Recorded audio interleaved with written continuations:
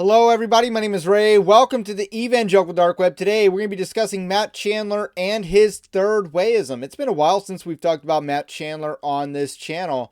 And Matt Chandler is someone I view as a false teacher. He's incredibly liberal. He is extremely woke. This is the guy that famously said he would hire a black 7 over a white 8, which is, just a display of sinful partiality, and as well as, anti-white racism as well. The fact that he would affirmative action hire for pastoral roles, I believe, was the context.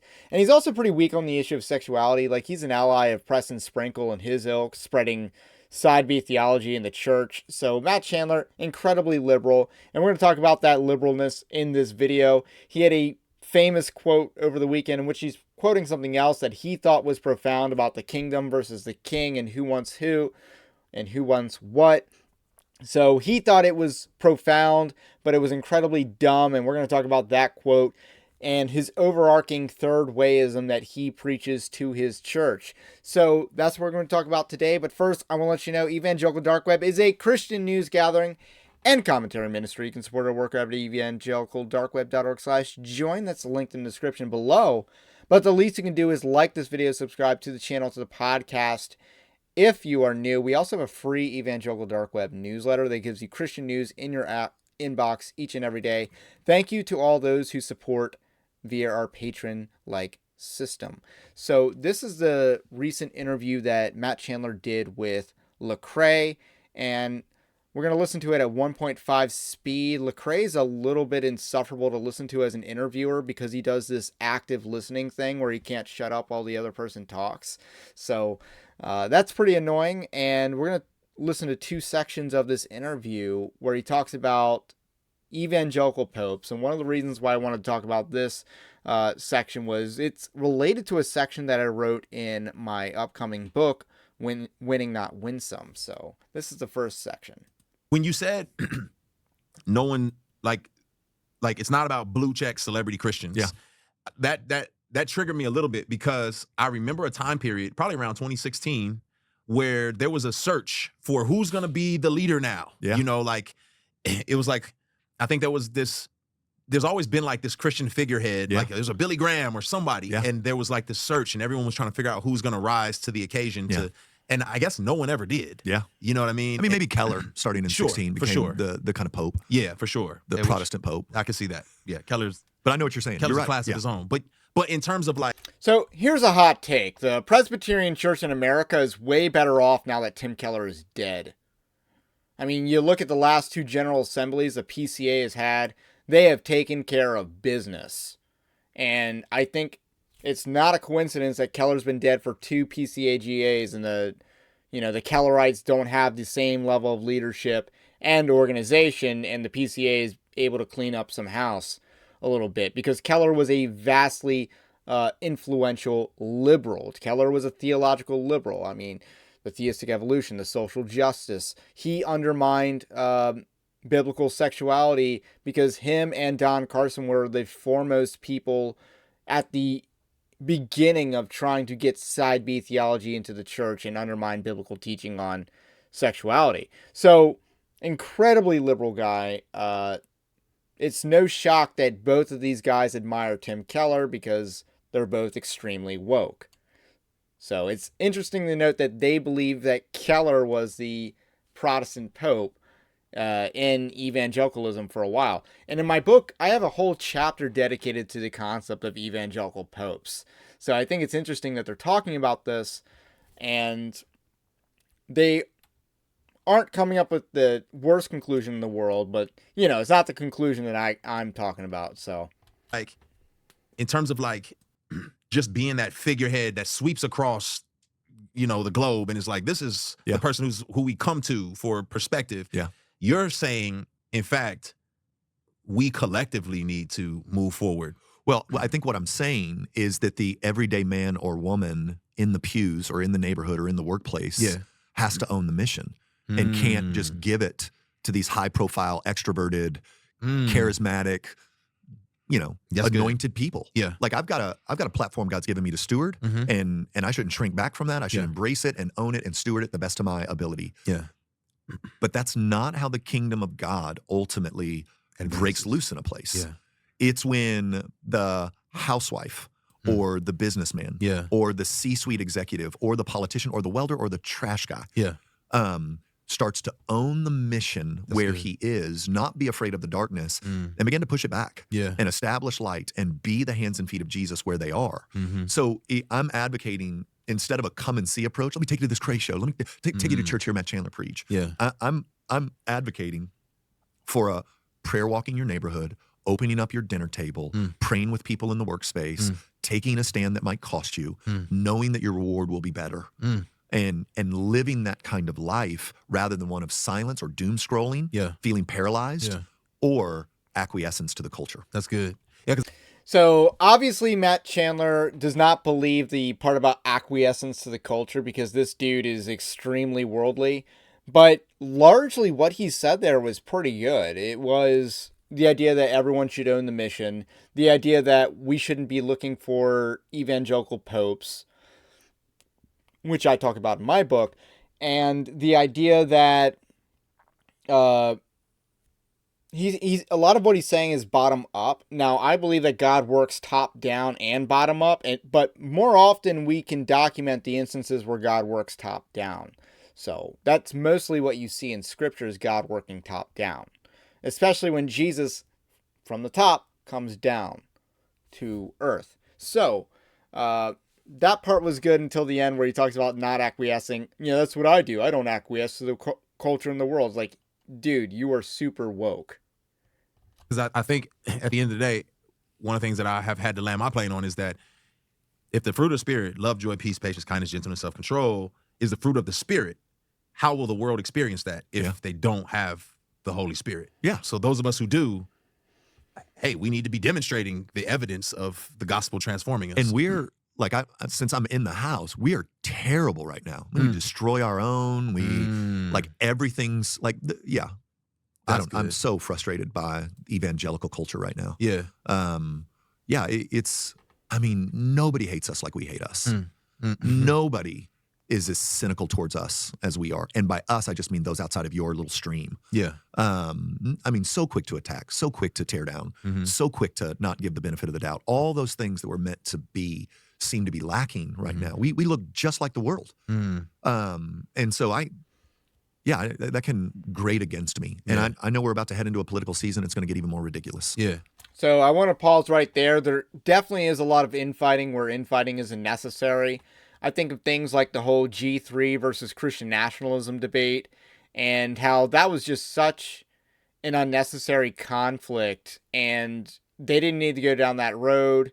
And people like Nathaniel Jolly, thankfully, and this is where I think we rise above the criticism of Matt Chandler, people like Nathaniel Jolly, in large part, were kind of welcomed back.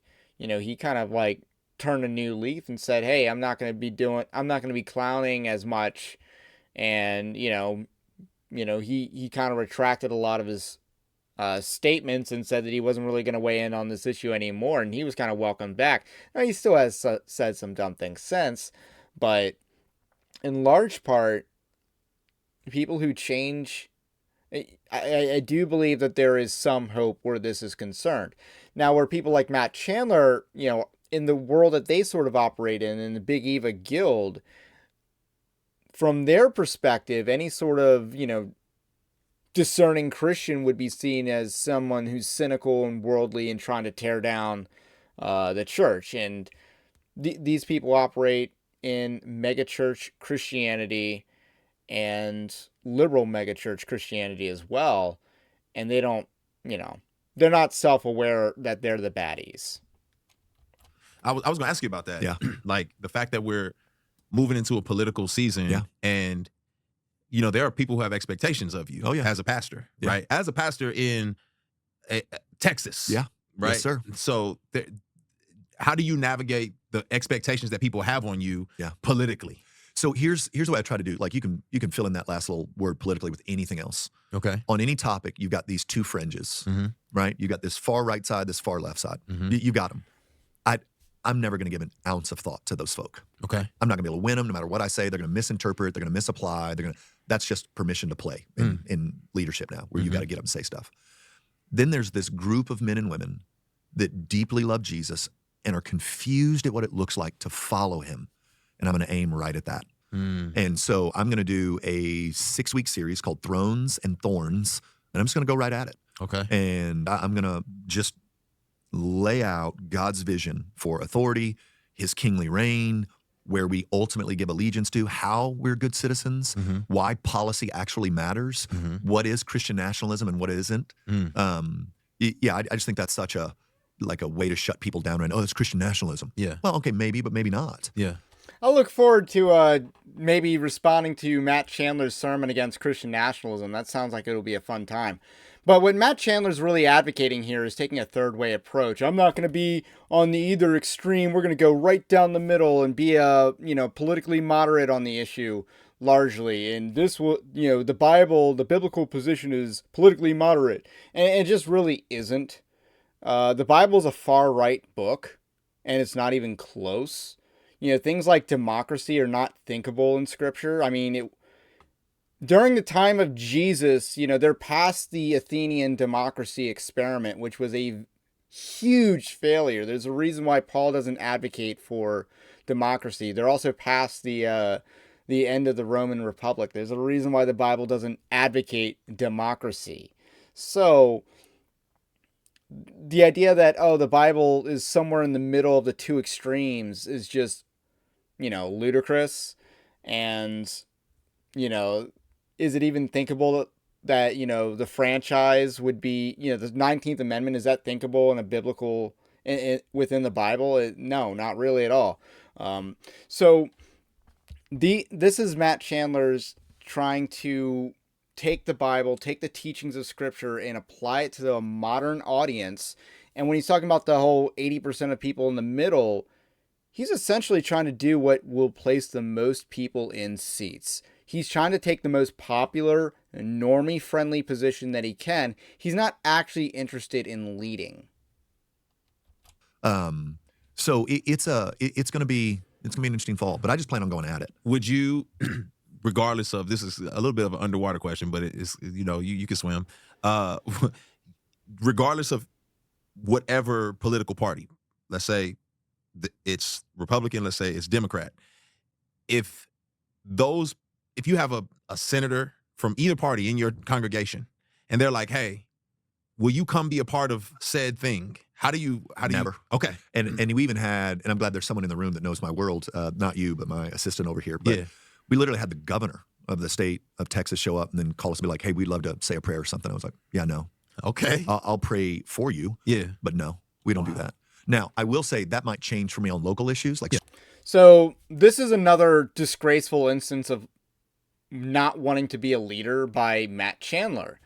Even David Platt, and David Platt is also incredibly liberal and, preaches a poverty gospel. I've read Radical. It's terrible. And even David Platt prayed for Trump on the stage of his church. Then I believe he apologized for it, like, a beta male.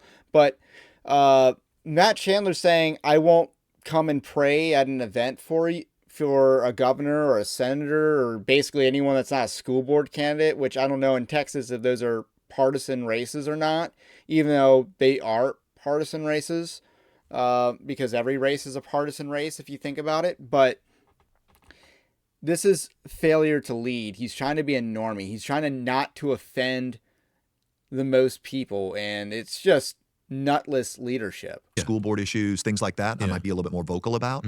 But no, sir, you don't get to use my pulpit for that. Here's the best thing I've heard, and I'll certainly say this fall. One, neither side is for us. That's good. Neither side is for us. That's good. And this is N.T. Wright. So I'm stealing from N.T. Wright, Michael Bird, Jesus and the Powers. Again, N.T. Wright, also theologically liberal. He also, in addition to not believing, that Genesis is accurate, N.T. Wright and sponsoring the BioLogos, or not sponsoring, but he's a big endorser of the BioLogos organization. He's also big on, the new perspectives of Paul, which pretty bad in my opinion. And then Michael Bird, who he's mentioning now, is the Russell Moore of Australia. So just to keep in mind the people that they're naming, these people are terrible on politics, which is where they are about to quote from.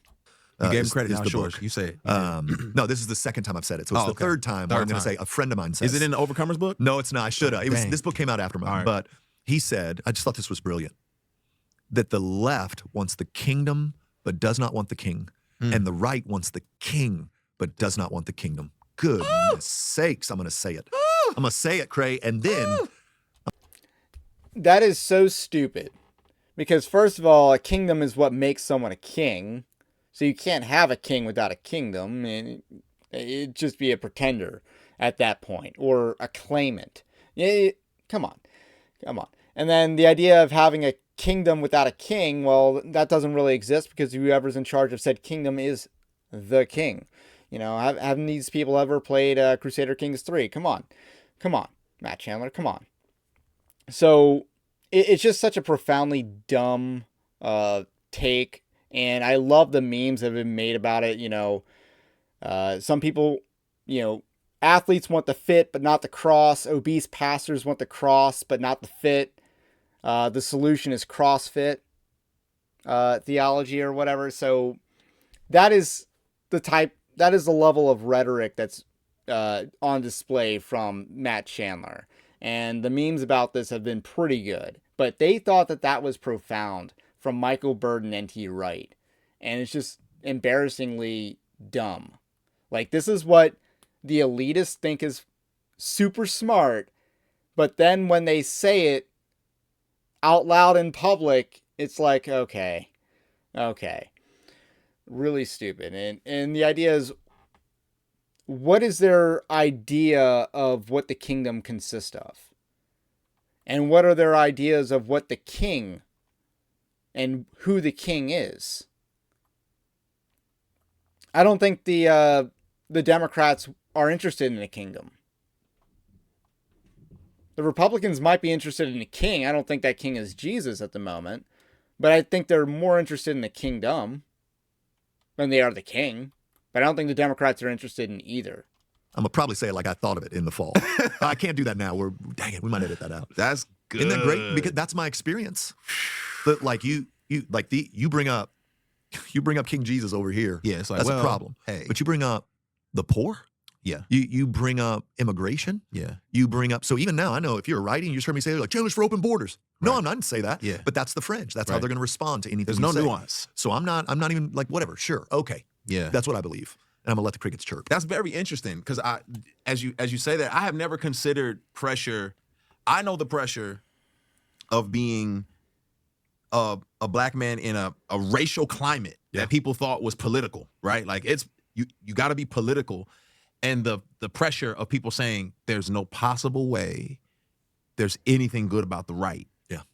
And it's like, if I would to even acknowledge anything over here, it's as if I have disregarded everything that is happening in this racially charged climate.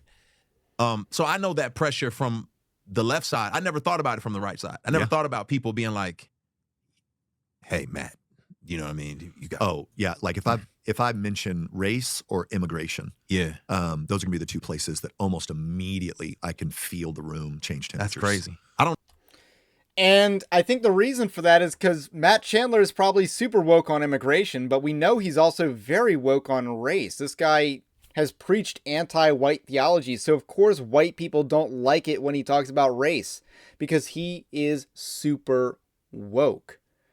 And even in this episode, he makes some woke comments in this episode and other parts that we aren't listening to specifically right now. But it's the lack of self-awareness. And what is his beliefs on immigration? Does he believe that we should deport all illegal aliens and shut down the border and militarize the border and, not let anyone cross and, authorize lethal force? Does he believe these things? If not, maybe he is, open borders. So what are his views on illegal immigration? Does he believe, like much of the Big Eva messaging, that, anchor babies should be given citizenship?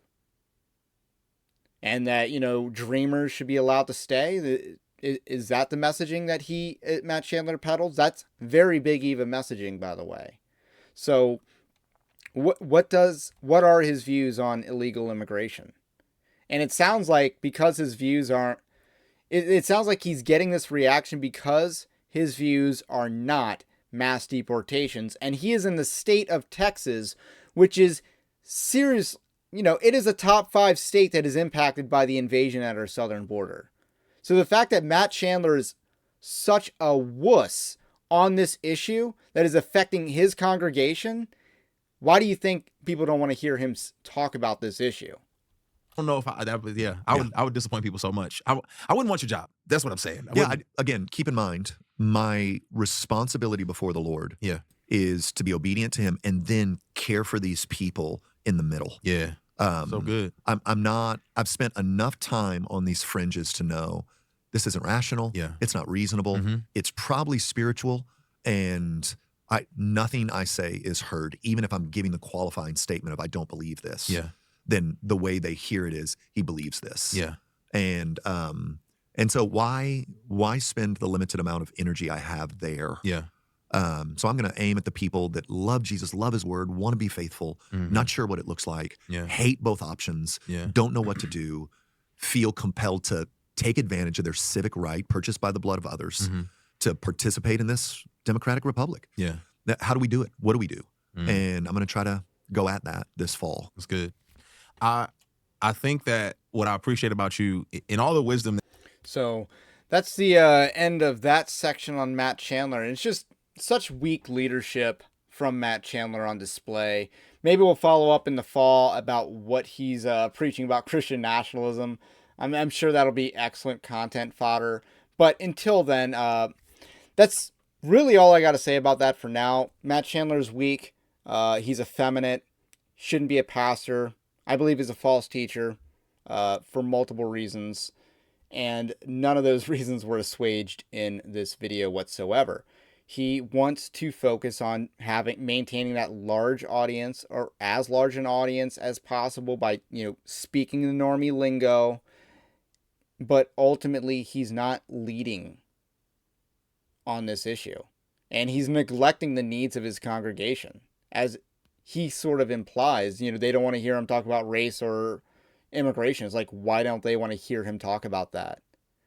Because he's not speaking truth to the issue. And I guess these people, for some reason, still want to go to the Village Church and hear Matt Chandler preach, even though the guy is one of the wokest white pastors in Big Eva. And you hate to see that. So anyway, that's all I got to say about that for now. My name's Ray. This is the Evangelical Dark Web. Stay based. Christ is King. We will catch you on the next one.